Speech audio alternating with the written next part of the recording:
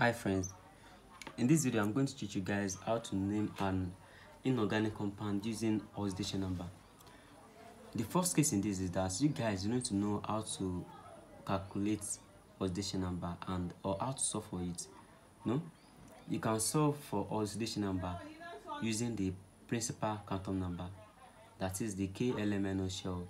You can use it to determine the valency electron. The valency electron is still taken to be the oxidation number of an element.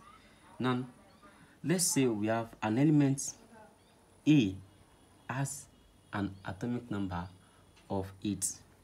Then using K, L, M, N, O, we know that there is a maximum electron that each cell can fill each cell. That is, there's a maximum electron for each cell. Q has a maximum electron of 2.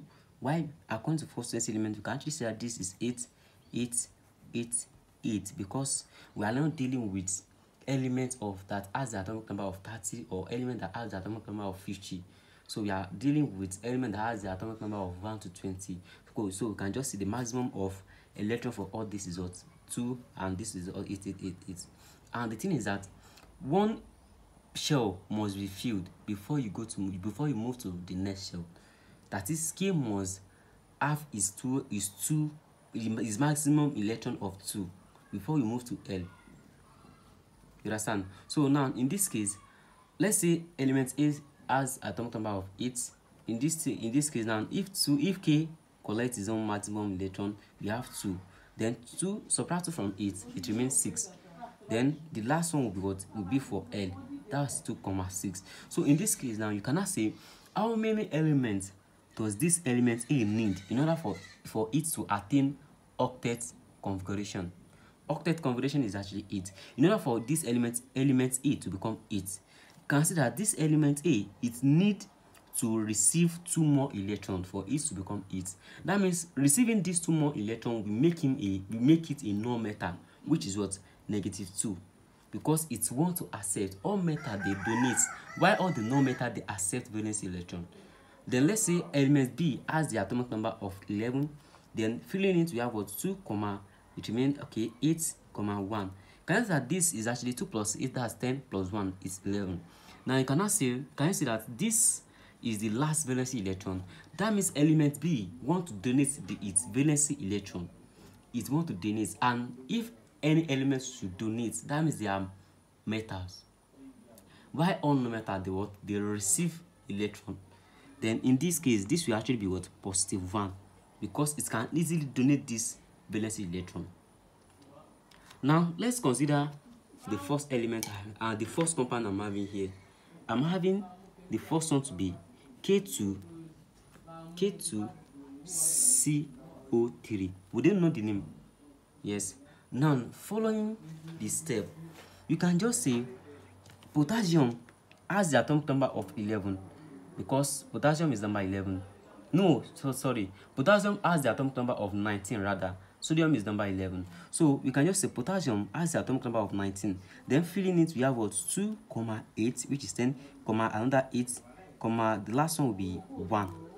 2 plus 8, that's 10, plus 8, 18, plus 1, that's 11.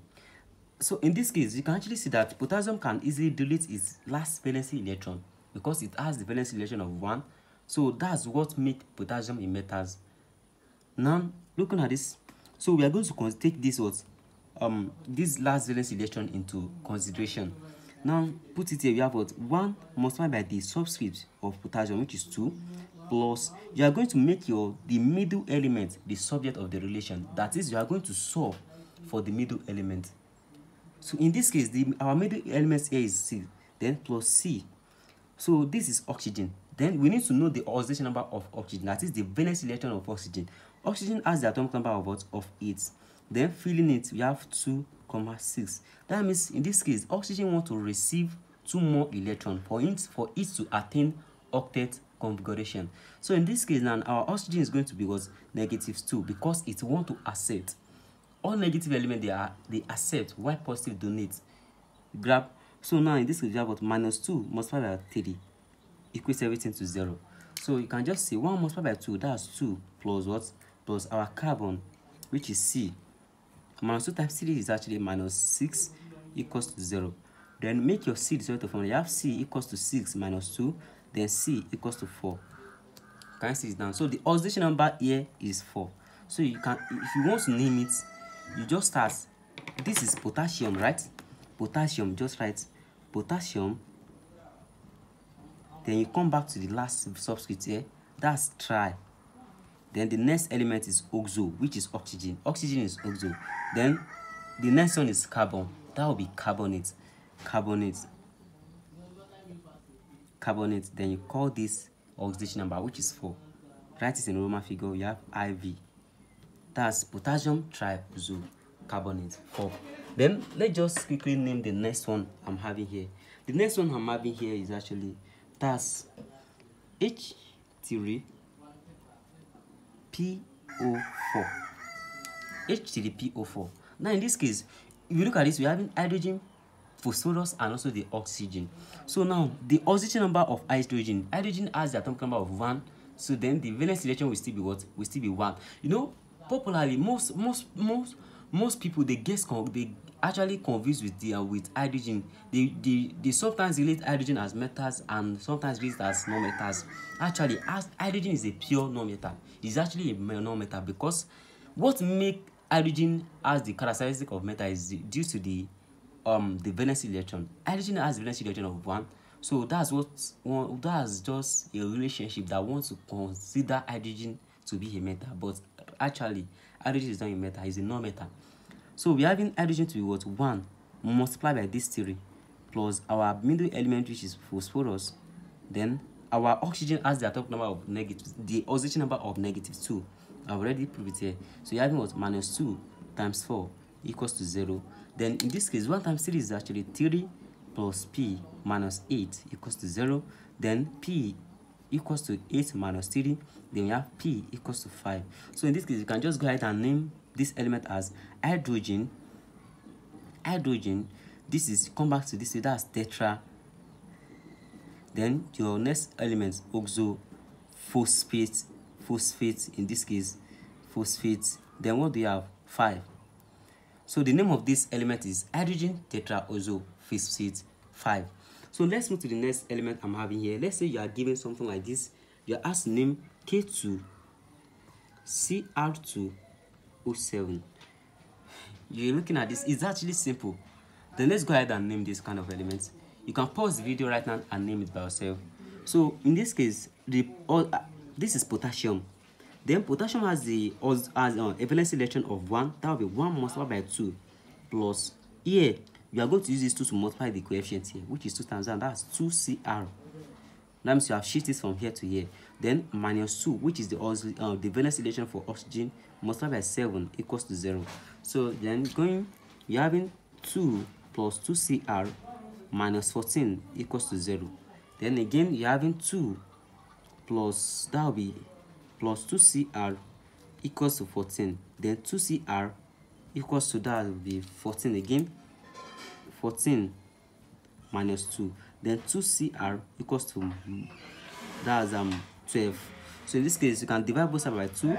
Dividing both sides by 2, this cancels this. Then the oxidation state is given by what? 6, because 12 divided by 2 is 6. So you can go ahead and say this is potassium. Then come back here. 7 is hepta. Then oxo, chromate, in this case, chromate, 6 Vi. Can I see this? So now, then let's move to the next element, MnO4. K2MnO4. So in this case, let's just prove this. Here potassium is what? Is 1 multiplied by 2, then plus Mn minus 2 into brackets 4. Then 2 plus Mn minus 8 equals to 0. Right? Then we're having 2 plus Mn equals to 8. Then Mn equals to 8 minus 2. Then Mn equals to 6. Can you see this? So in this case, the name for this will actually be, that's potassium tetraoxo manganese 6. That's Vi. Manganese 6. So alright guys, in this case in this video I'm going to drop just top 5 questions on these topics actually. So you are going to name it by yourself, but for this I'm going to solve it after this class.